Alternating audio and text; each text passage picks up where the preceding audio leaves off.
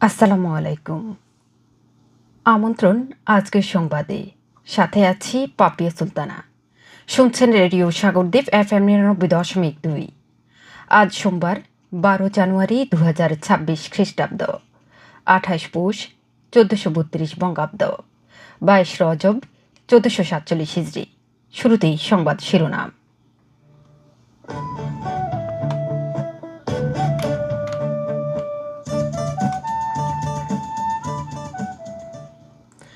শিক্ষা প্রতিষ্ঠানে নির্বাচনী সভা সমাবেশ ও প্রচারণা নিষিদ্ধ জানিয়েছে মাধ্যমিক ও উচ্চশিক্ষা অধিদপ্তর মাউসি। ১৮ এপ্রিল থেকে শুরু হচ্ছে হজ ফ্লাইট, ধর্ম মন্ত্রণালয়ের নতুন নির্দেশনা।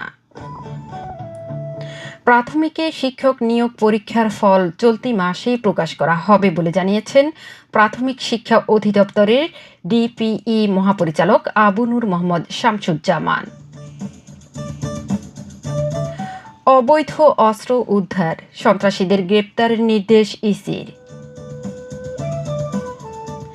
নির্বাচনের পর ৩ কাজে মনোযোগ হওয়ার পরামর্শ দিয়েছেন প্রধান উপদেষ্টা অধ্যাপক ডক্টর মোহাম্মদ ইউনূস। ভবিষ্যতের বাংলাদেশ কেমন হবে তা পথরেখা গণভোট নির্ধারণ করবে বলে মন্তব্য করেছেন প্রধান উপদেষ্টার বিশেষ সহকারী অধ্যাপক আলী রিয়াজ। বিলুপ্ত জাতের প্রাণী সংরক্ষণ অত্যন্ত জরুরি বলেছেন মৎস্য ও প্রাণী সম্পদ উপদেষ্টা ফরিদা আক্তার। শুনলেন সংবাদ শিরোনাম। সংবাদ রেডিও সাগরদ্বীপ ৯৯.২ FM এর সম্প্রচারের পাশাপাশি সরাসরি প্রচারিত হচ্ছে www.radiosagordip.com এবং অ্যান্ড্রয়েড অ্যাপ রেডিও সাগরদ্বীপ থেকে। এবারে বিস্তারিত। শুরুতেই স্থানীয় সংবাদ।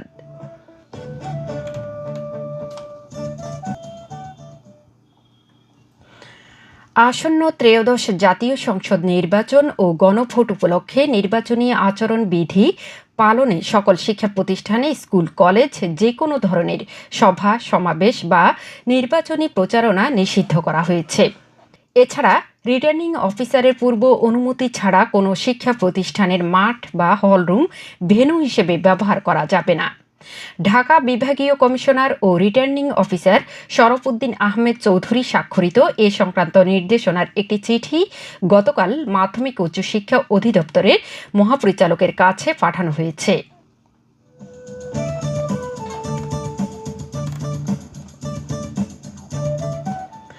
চলতি বছরের হজ ফ্লাইট শুরু হচ্ছে আগামী ১৮ এপ্রিল।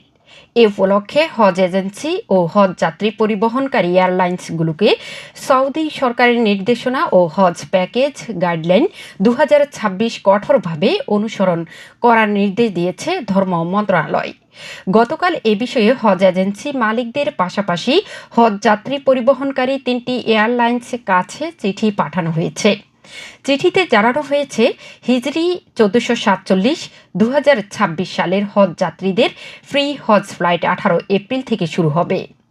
সৌদি সরকারের নির্দেশনা অনুযায়ী একই সার্ভিস কোম্পানির আওতাভুক্ত হজ যাত্রীদের একই ফ্লাইটে সৌদি আরবে পাঠাতে হবে।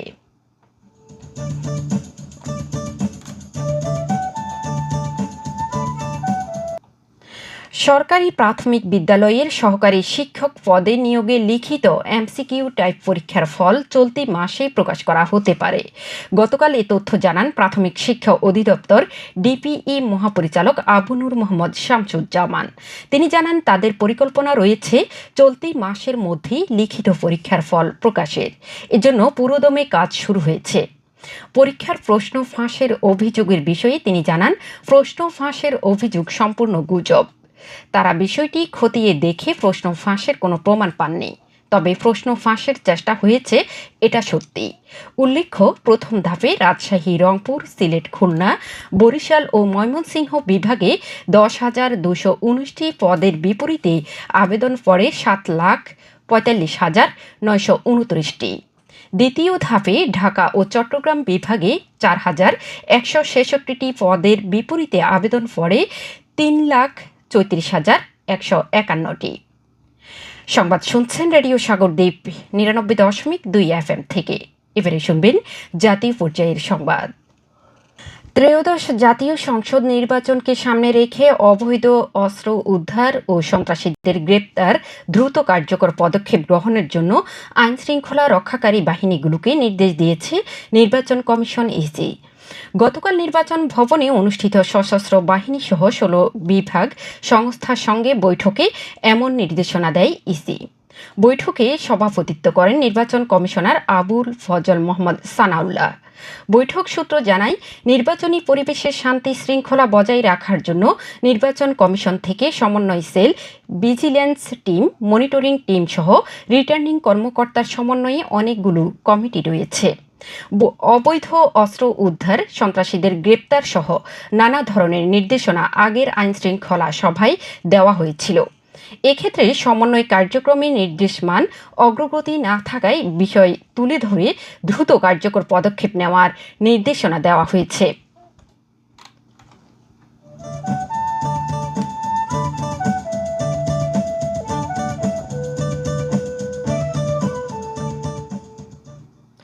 ত্রয়োদশ জাতীয় সংসদ নির্বাচন ও গণভোট অনুষ্ঠিত হবে আগামী ১২ ফেব্রুয়ারি।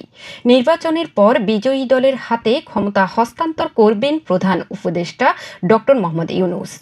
গতকাল রাষ্ট্রীয় অতিথি ভবন যমুনায় জাপানের প্রয়াত প্রধানমন্ত্রী শিনজো আবের সহধর্মিণী আকিয়ে আবের সঙ্গে বৈঠকে নির্বাচন পরবর্তী পরিকল্পনার কথা জানান তিনি। এ সময় প্রধান উপদেষ্টা নির্বাচনে বিজয়ী হওয়ার দলটিকে ৩টি কাজের উপর মনোযোগী হওয়ার পরামর্শ দিয়েছেন। প্রথমত, ডিজিটাল হেলথ কেয়ার ডেভেলপমেন্টে কাজ করার, এর মাধ্যমে দেশের ঝুঁকিপূর্ণ জনগোষ্ঠীর নারীদের স্বাস্থ্য সেবায় প্রবেশাধিকার বাড়ানোর উদ্যোগ নেওয়া হবে। পাশাপাশি প্রবাসী বাংলাদেশিরা যেন ডিজিটাল পদ্ধতিতে তাদের পরিবারের সদস্যদের স্বাস্থ্য সেবার খোঁজখবর রাখতে পারেন, সে ব্যবস্থাও করা হবে। দ্বিতীয়ত, তরুণ উদ্যোক্তা তৈরির কার্যক্রম অব্যাহত রাখা। এক্ষেত্রে যুব সমাজকে উদ্যোক্তা হিসেবে গড়ে তোলার কাজ তিনি চালিয়ে যাবেন। তৃতীয়ত, 3-0 ধারণা নিয়ে যে কাজ তিনি দীর্ঘদিন ধরে করছেন তা অব্যাহত রাখবেন। গণভোট ভবিষ্যৎ বাংলাদেশের পথরেখা নির্ধারণ করবে বলে মন্তব্য করেছেন প্রধান উপদেষ্টার বিশেষ সহকারী অধ্যাপক আলী রিয়াজ। তিনি জানান, অন্যান্য নির্বাচনে যেমন নির্দিষ্ট ব্যক্তিত্বে ভোট দেওয়া হয়, গণভোট তেমন নয়। গণভোট হচ্ছে ভবিষ্যতের বাংলাদেশ কেমন হবে তার পথরেখা নির্ধারণের একটি প্রক্রিয়া। গণভোটের মাধ্যমে জনগণ রাষ্ট্রের কাঠামো ও শাসন ব্যবস্থার বিষয়ে সরাসরি মত দেওয়ার সুযোগ পান, যা গণতন্ত্রকে আরও শক্তিশালী করে। গতকাল গণভোটের প্রচার ও ভোটার উদ্বুদ্ধকরণের লক্ষ্যে বরিশাল নাগরিক বেলস পার্কে আয়োজিত বিভাগীয় ইমাম সম্মেলনে প্রধান অতিথির বক্তব্যে তিনি এসব কথা বলেন।